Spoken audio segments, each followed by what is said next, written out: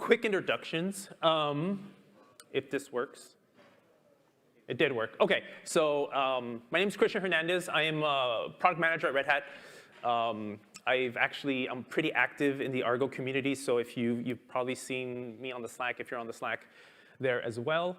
And then I'll let Hilary introduce herself here. Oh, thank you. Oh, am I on? I am. Cool. Okay. My name is Hilary. I am a software architect at Red Hat, and yeah, it does say Chief Mermaid. That's really my business card title. You're welcome. I'm somewhat of a silent lurker in Argo, but I am around the CNCF Slack. I'm on the Kubernetes Code of Conduct Committee, so you might know me from that. Yeah. Cool. And in case you don't know, Hilary and I, we do a bi-weekly, every other week. Roughly every other week, yeah. Stream, Red Hat streaming on about GitOps, so that's kind of like the link right there. And the really, yeah, that's the T-shirt. So by the way, she already gave them all away. I did. If you're curious, we do this a lot, right? We banter back and forth on the stream, and this is kind of like a condensed version of something you'll see on the stream, right? So yeah, it's like our best hits almost. Yeah, yeah, exactly. So you're seeing a live representation of what we do our stream, and we talk a lot about GitOps and Argo and just CI/CD and DevOps in general. So, how many folks here would you consider yourself a security expert in your field? There's a few. Okay. Someone was apprehensive. Okay. Okay, cool. People getting confidence in themselves. I like that. All right, cool. Not a lot. And the only reason I ask is because I recently have gone into the space, and I've heard some great security talks, and I was kind of a little bit humbled. So, anyways, if I get anything wrong or if I misspeak, please, take me to the side. I love learning about this stuff. I've been recently getting into, like I said, security practices as it relates to Argo CD and things like that. So we kind of, since Hilary does SRE work, right, or in a former life, SRE work at Red Hat and has gone through some security implications, I'm like, okay, cool, let's do a talk about this. And I like to start off with talking about the age of GitOps, right? We've come a long way in a short time. I think, I don't have to go through a lot of, kind of like the pros of Argo CD. I think if you haven't heard it yet, you've heard a lot about it today during the conference, right? And not only Argo CD, but GitOps in general. It's, and Red Hat, we've gone all in. Argo CD is just like the made for automation, right? And I like to say you're automating the automation aspect of it. So you're taking the nature of CI/CD, which is in itself automated, right? That's people are building these workflows with webhooks and things like that, and with Kubernetes, right? That's also kind of automated, right? You have kind of a declarative nature of Kubernetes and CI/CD, and you're taking all this automation and you're automating it even further. Because of this, right, Argo CD and GitOps, right, by extension, has just quickly being adopted, right? And I've seen, all kinds of folks from different verticals doing great things. I was blown away for some of the things that consultant doing work for the German government I think that was an amazing talk. So it's just quickly just being adopted, and as you saw in the morning, it's the number 3 most fastest growing thing in the CNCF landscape, which I think is just crazy. And yeah, so anyways, just kind of the idea of Argo CD just being massively adopted I think is great. I would say, were you there earlier today? Andrew Block, one of our colleagues at Red Hat, somebody came up to him and was like, hey, I met you a few years ago at this conference, and you told me, hey, this Argo CD, that's going to be big. And he's like, and I blew you off. I did not believe you. Like, I'm sorry. And I was like, that is the best moment. Yeah, the best over, moment ever. Go home. And yeah, no, for sure. And it just shows kind of how this community is grown. And one of the big things I think Argo CD has that allows you to do, in extension GitOps, is to have, you're able to audit what you have in production. right? And it makes things like triage a little easier, where it's like, okay, like, who committed what and who approved which, and, even at massive scale, you can kind of like trace back to what, what happened where and why, right? And it's, and this, like I said before, it made CI/CD more automated, it automated the automation.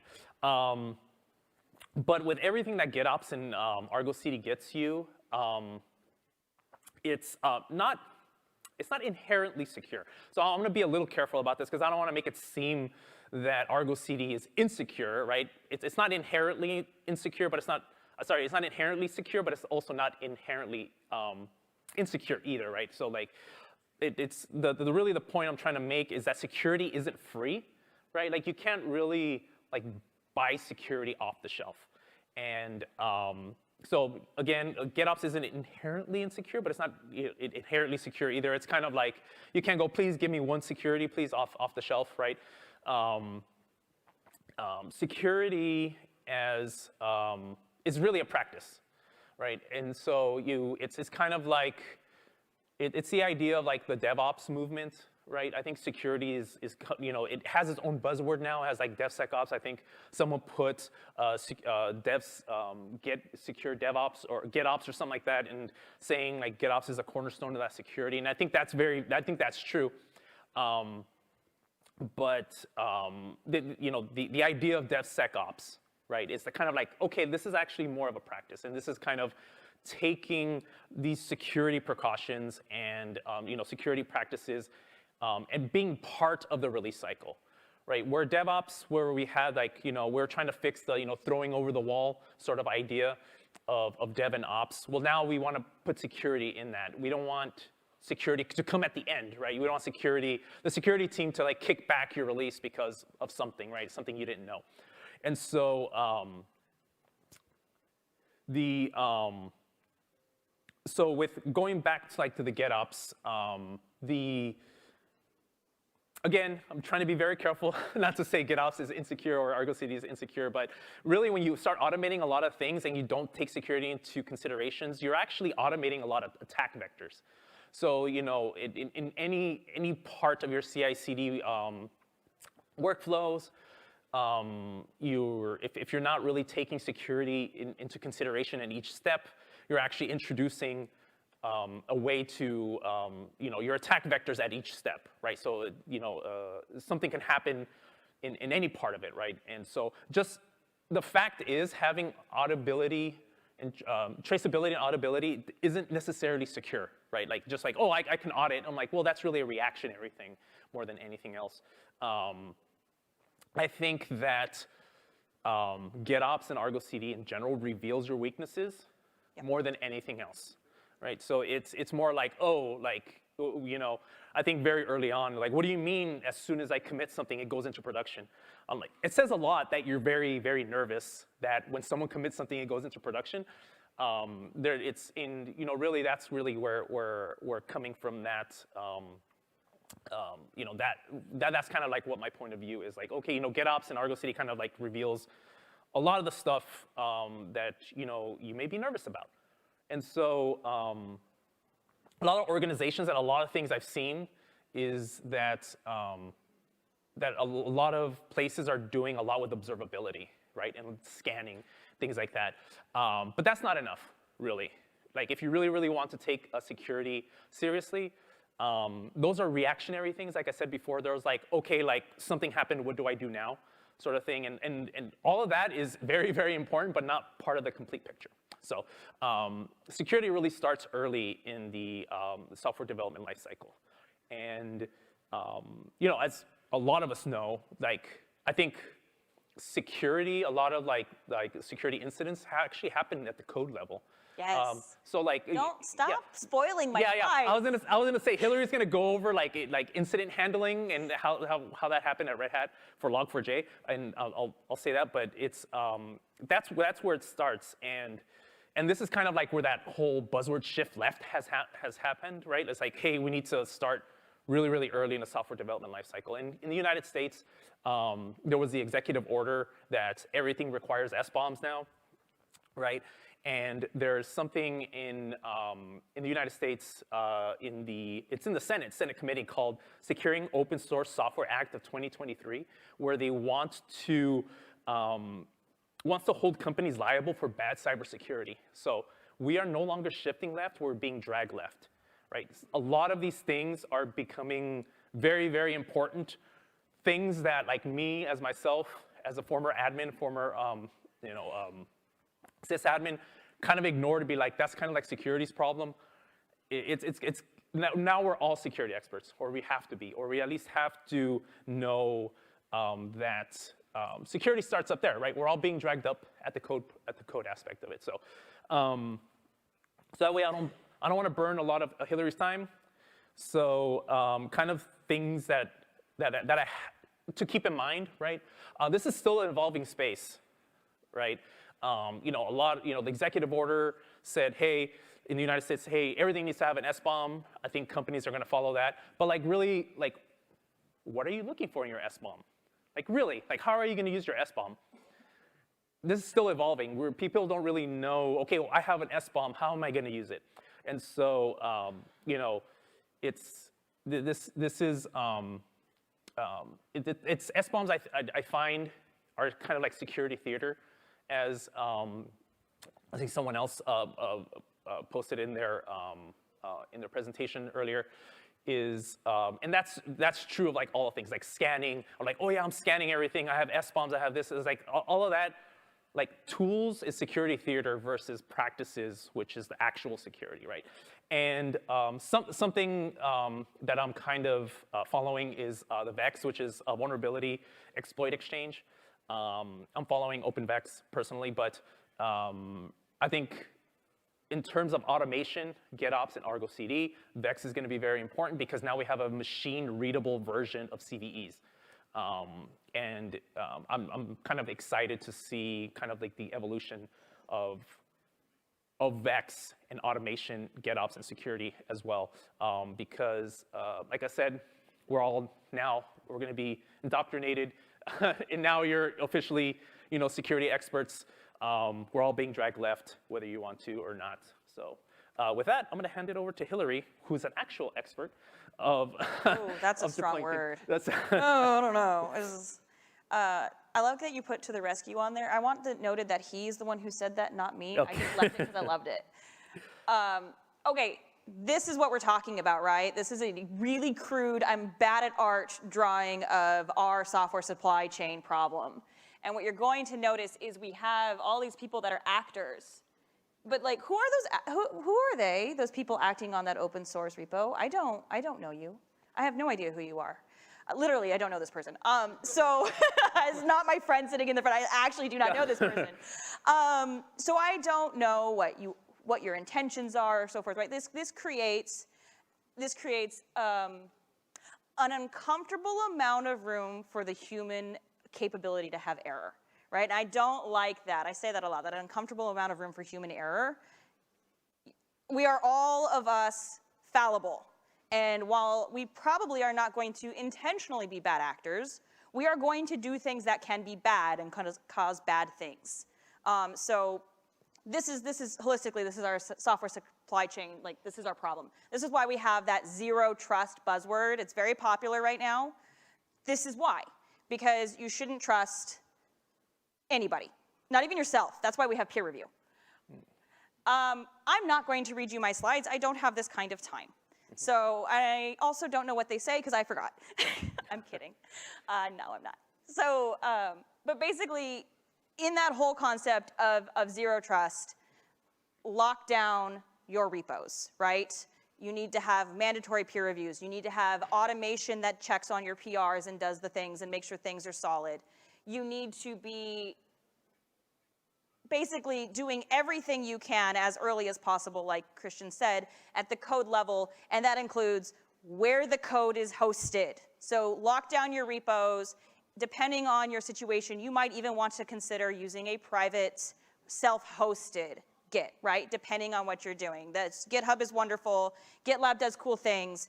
You can host your own GitLab. If you want GitLab, you can host your own Git anything. Keep in mind that it is also an open source project and you can just build it and run it. Anyhow, moving on. I hope you took pictures of that. The slides will be available later. Yeah, yeah.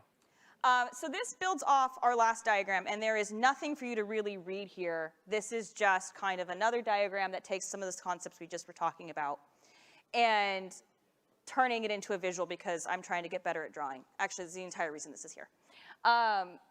So one thing that we talked about, okay, securing repos is so open source software. You can push your security onto a vendor. You can. So Red Hat provides container images for basically everything, right? And then we are standing by our container images that they're secure. So if you go to a vendor for your open source dependencies and your open source container images for what you need for your project, you have pushed that security onto somebody else. I hope you trust them. I hope you trust us, but that saves you that you don't have to go redo things, right? We are, Red Hat Postgres removes the root user. We do that for you, right? Our Red Hat Python has gone through all of the subchains of dependencies to make sure that we're giving you the most secure version, the most secure thing that we can. So basically, that's kind of what I want to talk about here, is that you can push your security onto someone else, onto someplace else, use trusted vendors, use trusted images. You don't have to rebuild everything yourself. Don't reinvent that wheel. So I actually am going to already slightly correct Christian here, which I think that Argo's pull model does make it slightly more inherently secure than other CD tools. So because you are telling it, you're going to look here, right here, and only here.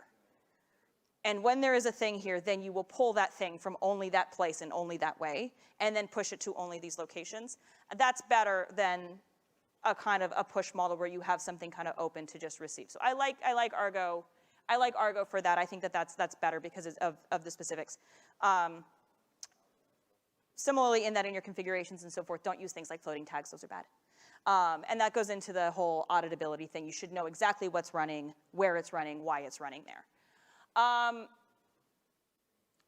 Always use authentication, right? Anything where there's even if you have the option to not be authenticated, do it authenticated. Just do it. Always authenticate. For Kubernetes, use service accounts, right? Specifically in OpenShift, we have a built-in like security contexts and roles and authorization plugins and stuff that we stand by. And so we love service accounts in OpenShift. They're a big thing for us.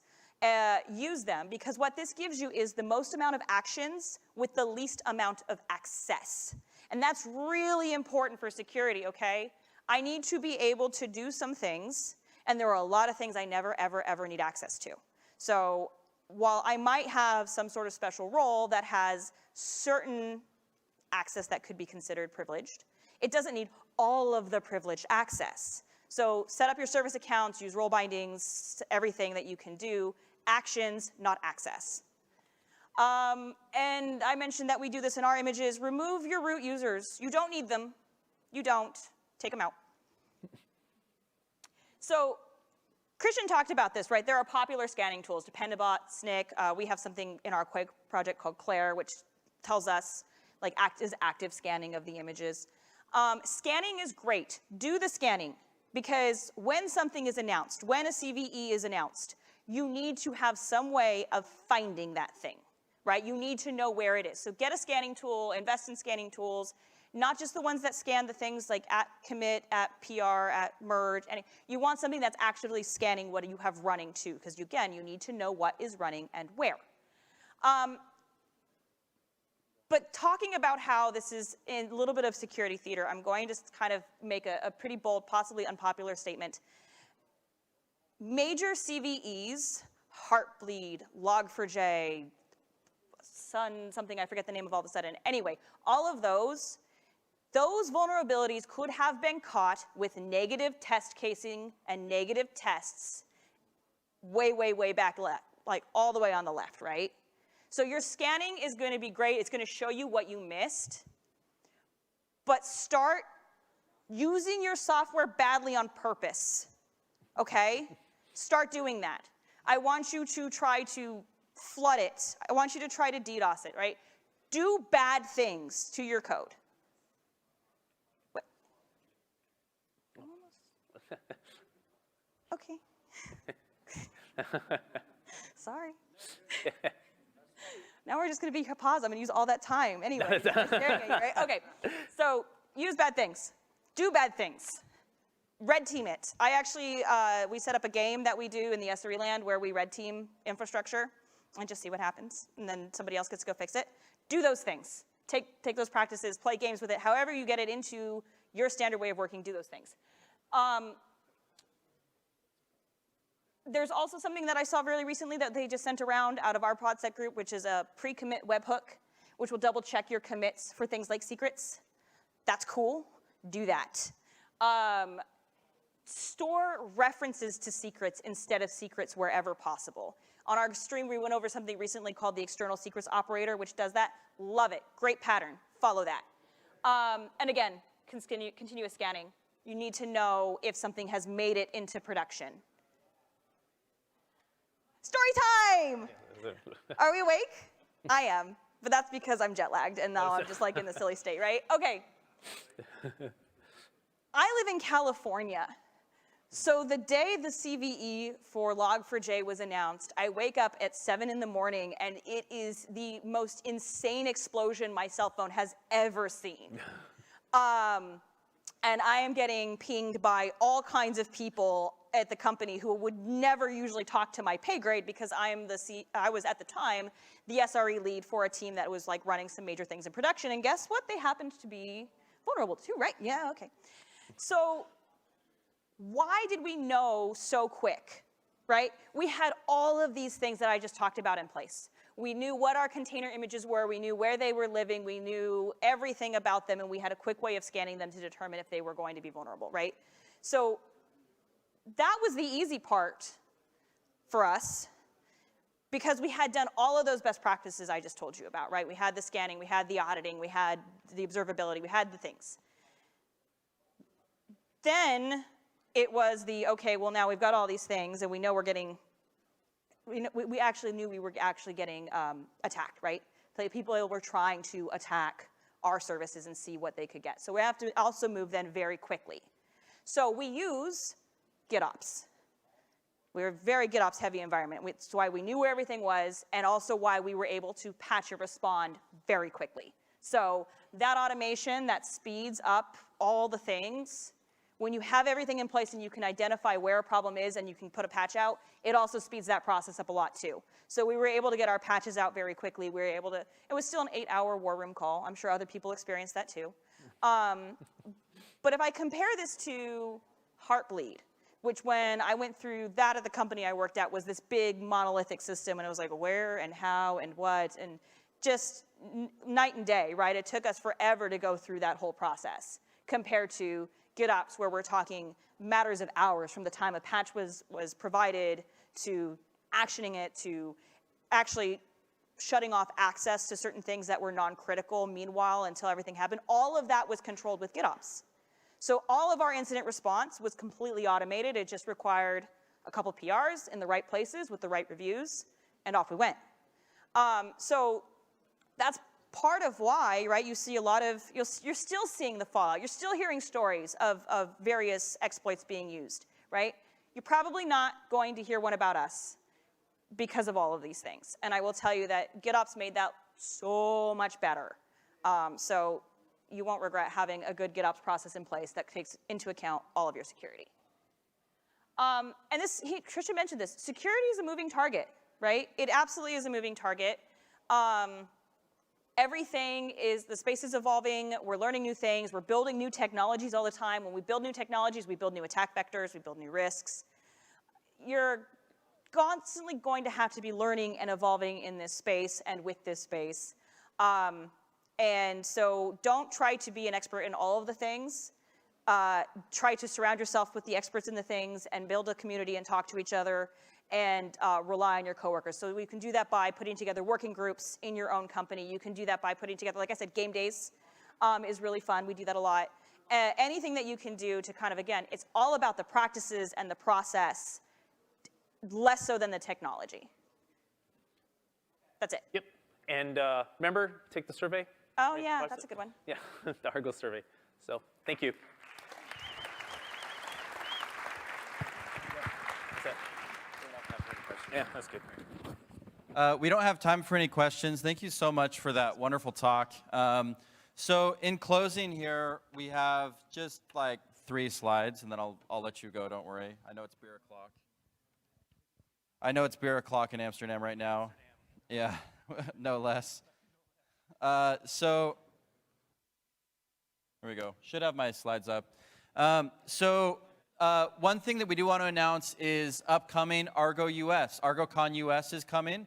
We're finalizing dates. It's likely going to be September in the Bay Area. So if you have a chance to come to that, obviously it would be great to have you. Also there are tons of, if you didn't get your thirst quenched by all of the Argo content flying at your face all day, there are so many more Argo talks happening over the next 3 days. Just go to Sketch, search Argo. There's a fantastic talk tomorrow with Kostas is going to be speaking again with Ilya on scaling multi-tenancy with vCluster. You've got operating multi-tenancy service mesh with Argo CD from Solo.io. I'm going to be speaking Thursday, injecting some chaos engineering with Argo CD. So be sure to catch those talks because Argo just keeps on coming. And then, obviously, we want you to get involved. So you can join Argo contributors on CNCF Slack. That's a great place to get started. I saw a lot of people today were asking questions. Hey, I want this feature. I want that feature. Guys, I got to tell you, if you go to our issues, there is no shortage of I've got a great idea. But there is a shortage of I've got some hands willing to implement these great ideas. So we'd love to have you contributing. Join the contributors channel. And we also do contributors experience meetings every Thursday at 5:15 p.m. in this time zone. And so that's a great place. If you're opening an issue, you're getting ready to open an issue, maybe you're confused, you're not sure what to do, join that call. We're super friendly. We go through issues, we answer questions, we discuss the best approaches to how to solve different problems and add new features to Argo, so you'll be great for that. And then we also have a number of special interest groups. So SIG Security, SIG Marketing, SIG Scalability. These are all really exciting special interest groups that you can join. If you want to help plan the next ArgoCon, you want to join Christian, myself, others, then we'd love to have you in SIG Marketing. If you want to be helping out with some of the scalability or just hearing about what's happening with scalability, because there's obviously new features being discussed all the time, and we're making pull requests and things of that nature. So please join that. You can find more of those at github.com/argoproject/argoproj. Argoproj, you got it. So get involved. And with that, thank you to everybody from the Argo committee. Thank you to the CNCF. Thanks to all our volunteers. Huge amount of effort to make this event happen. And our very first ArgoCon EU, I think next year, I think KubeCon is going to be the co-located event of ArgoCon. Great job. Thank you, everybody.